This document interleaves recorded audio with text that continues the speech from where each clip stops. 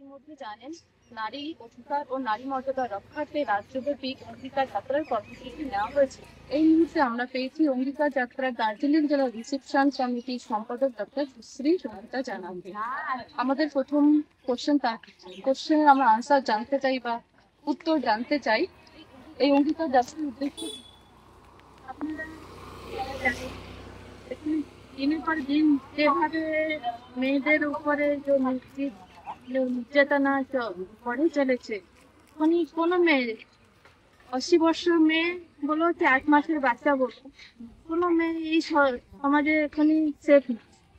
কোনো না কোনো মুহূর্তে ওকে নির্যাতন করতে চলছে, নির্যাতনা সহ্য করতে হচ্ছে। এত নির্যাতনা বাড়িতে সহ্য করতে হচ্ছে, নাহলে যদি বাড়ি থেকে একটু বাইরে বেরোলো, স্কুলতে গিয়ে ওখানেও সেম অবস্থা। তারপরে আমরা কি ভাবি যে স্কুল যদি জব করে একটা মেয়ের লাইফে ইয়ে হয়ে একটা সেটেলমেন্ট হয়ে গেল, ঠিক আছে, ইন্ডিপেন্ডেন্ট হয়ে গেলো, এই সময় যদি আমরা যেটা ভাবি কি একটা মেয়ে যদি রোজগার করে ও ইন্ডিপেন্ডেন্ট হয়ে গেলো, স্বাধীন হয়ে গেলো। কিন্তু আমরা দেখতে পেলাম আজকে করে যে একটা ডিউটি ডক্টর ডক্টর যেভাবে রেপ হলো, দেখতে কি মনে হলো কি আমাদের সমাজে এখনই নারীরা ইন্ডিপেন্ডেন্ট হয়েছে। ওই সব চিন্তাধারাকে ইয়ে করে আমরা এই অঙ্গীকার যাত্রা একটা রাজ্য জুড়ে একটা ইয়ে করেছি। আমাদের একটা আহ্বান এটা হচ্ছে প্রত্যেক মেয়েদেরকে, শুধু মেয়েদেরকে না, প্রত্যেক সমাজের প্রত্যেক নাগরিককে, আপনারা যারা একটা ভাবেন একটা মহিলা যদি সমাজে আগিয়ে যাবে তাহলে একটা সমাজ আগাবে, তাহলে আপনারা সবাই এই যাত্রাতে আসুন, অংশগ্রহণ করুন আর এই প্রোগ্রামটাকে সাকসেস করুন। কোনো নির্দিষ্ট এরকম ঘটনা আছে যে ঘটনা আপনাকে প্রভাবিত করেছে এই অঙ্গীকার যাত্রাকে আরো মানুষের সামনে এগিয়ে নিয়ে যাওয়ার জন্য? এমন কিছু বিশেষ দৃষ্টান্ত কি আপনার কাছে আছে? আপনারা তো দেখলেন ওই নির্ভয়া কেস বলুন কি অভয়া কেস বলুন, কিংবা আর এই রিসেন্ট 8 মাসে একটা শিশুকে রেপ করা হয়েছে, এগুলো কি কম করছে যে আমাদেরকে আরো কিছু একটা দেখাবে? না ওই দিন পর্যন্ত অপেক্ষা করবে যে আমাদের বাড়িতে কিছু একটা হবে? তো হতে পারে কালকে আমাদের বাড়িতে কারো এরকম হতে পারে। এই যাত্রার পরিকল্পনা কিভাবে শুরু করা হয়েছে? পরিকল্পনা যতজন সামাজিক, মানে 12 জন সামাজিক মহিলা যারা বিভিন্ন ফিল্ডে আছেন, কেউ ডাক্তার, কেউ প্রফেসর, কেউ ফিল্ম মেকার, ওরা 12 জন একটা ডাক দিয়েছেন প্রত্যেক মহিলাদেরকে, আপনারা এগিয়ে আসুন এই অঙ্গিকা যাত্রার নামে। পুরা রাজ্যের প্রত্যেক জায়গা থেকে, প্রত্যেক বাড়ি থেকে, প্রত্যেক ঘর থেকে মহিলাদেরকে আগানো করানো। আর যে অত্যাচার চলেছে মেয়েদের উপরে, এগুলো আর যে অধিকার, মেয়েদের অধিকার জন্য এগুলো আনার জন্য। আর কোন কোন মানে সংগঠন বা গ্রুপ এই কাজের সঙ্গে যুক্ত হয়েছে? সংগঠন বলে যে সংগঠনগুলো বুঝেন কি যে না, এদের মেয়েদেরকে উপরে যেটা হচ্ছে, যেরকম আপনারা দেখলেন অভয়ার ক্ষেত্রে নারীদের রাত দখল করা হয়েছিল, তখনই অনেক আমরা পেয়েছিলাম সিটিজেন ফর জাস্টিস, নাইটিস আওয়ার, হোক প্রতিবাদ মঞ্চ, এরকম কিছু কিছু আগে বড়রা যাদের চিন্তাধারা আগে হচ্ছে যে না, মেয়েদেরকে ইকুয়াল রাইট দেওয়ার হচ্ছে, সুরক্ষা দেওয়ার অধিকার হচ্ছে, ওদেরকে আমরা সাথে নিয়ে গেছি। আর এই কমিউনিটির লোকজনকে কিভাবে এই আন্দোলনে যুক্ত করা হলো? যারা নিজেদেরকে ভেবেছেন যে মানে একটা মহিলা কে, যে মা হোক, বোন হোক, মেয়ে হোক, কিংবা নিজে হোক, ও নিজেকে যদি আগাতে চাইছে, মানে সমাজকে আগাতে চাইছে, তাহলে ওই ইয়েতে মানে মেয়েদেরকে একটা সুস্থ পরিবেশ করার চিন্তাধারা নেওয়ার সমাজ, এটা দেওয়ার জন্য সবজন প্রত্যেক ইয়ে থেকে।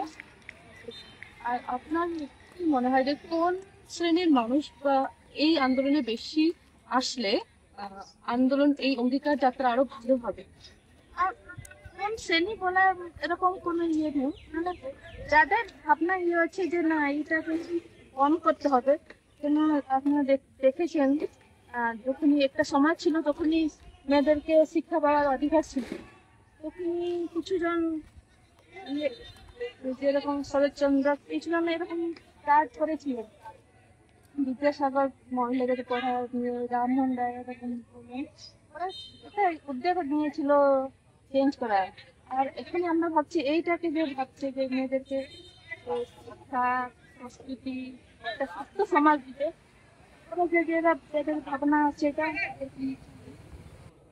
এই অঙ্গীকার যাত্রা কবে থেকে শুরু হচ্ছে আর কবে শেষ হবে?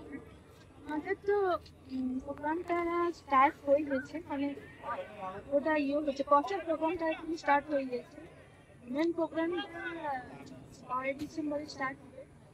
এই অঙ্গীকার যাত্রা কবে থেকে শুরু হচ্ছে, কোন কোন পশ্চিমবঙ্গের কোন কোন জেলা বা কোন কোন জায়গা বলা হচ্ছে, কিভাবে পরিকল্পনা শুরু হবে শেষ হবে, যদি এখানে যেরকম দার্জিলিং জেলাতে 3টা জেলা এখানে আছে, কুচবিহার, দার্জিলিং, 3টে জেলা মিলে 9 তারিখ এখান থেকে স্টার্ট হবে। তারপরে এখান থেকে রাজগঞ্জ যাবে, রায়গঞ্জ করে মালদা, এরকম হয়ে 9 তারিখ থেকে 15 তারিখ গিয়ে কলকাতাতে জমায়েত হবে। ওইদিকে পুরুলিয়া থেকেও আসবে, নবদ্বীপ থেকেও কিছু একটা গ্রুপ আসছে। তোমার গিয়েছে যে কলকাতার বিদ্যাসাগর মূর্তির নিচে এই অঙ্গীকার যাত্রাটাকে আরো ব্যাপকভাবে করা হবে। তো সেই যাত্রায় যদি আমাদের রাজ্যের মুখ্যমন্ত্রী মমতা বন্দ্যোপাধ্যায় একজন নারী হিসাবে অংশগ্রহণ করেন, যদি নারী হিসাবে মাননীয় মুখ্যমন্ত্রী ভাবেন যে উনি সুরক্ষিত আছেন, তাহলে তো এটাতে আসার কোনো ওনাকে দরকার নেই, মানে ওনাকে মনে হবে না। যদি উনি ভাবেন না এটা সুরক্ষা মেয়েদের লাগবে, আমরা তো দেখলাম আজি করে মুভমেন্টে কি অবস্থা হলো, অভয়ার কি ন্যায় মিললো, ওটা পরে তো ওনার থেকে মানে এই ভাবনাটা বেরিয়ে গেছে। কিন্তু তারপরেও যদি ওনার ভাবেন কি হ্যাঁ আসবো, তাহলে আমরা সবাইকে ওয়েলকাম করি।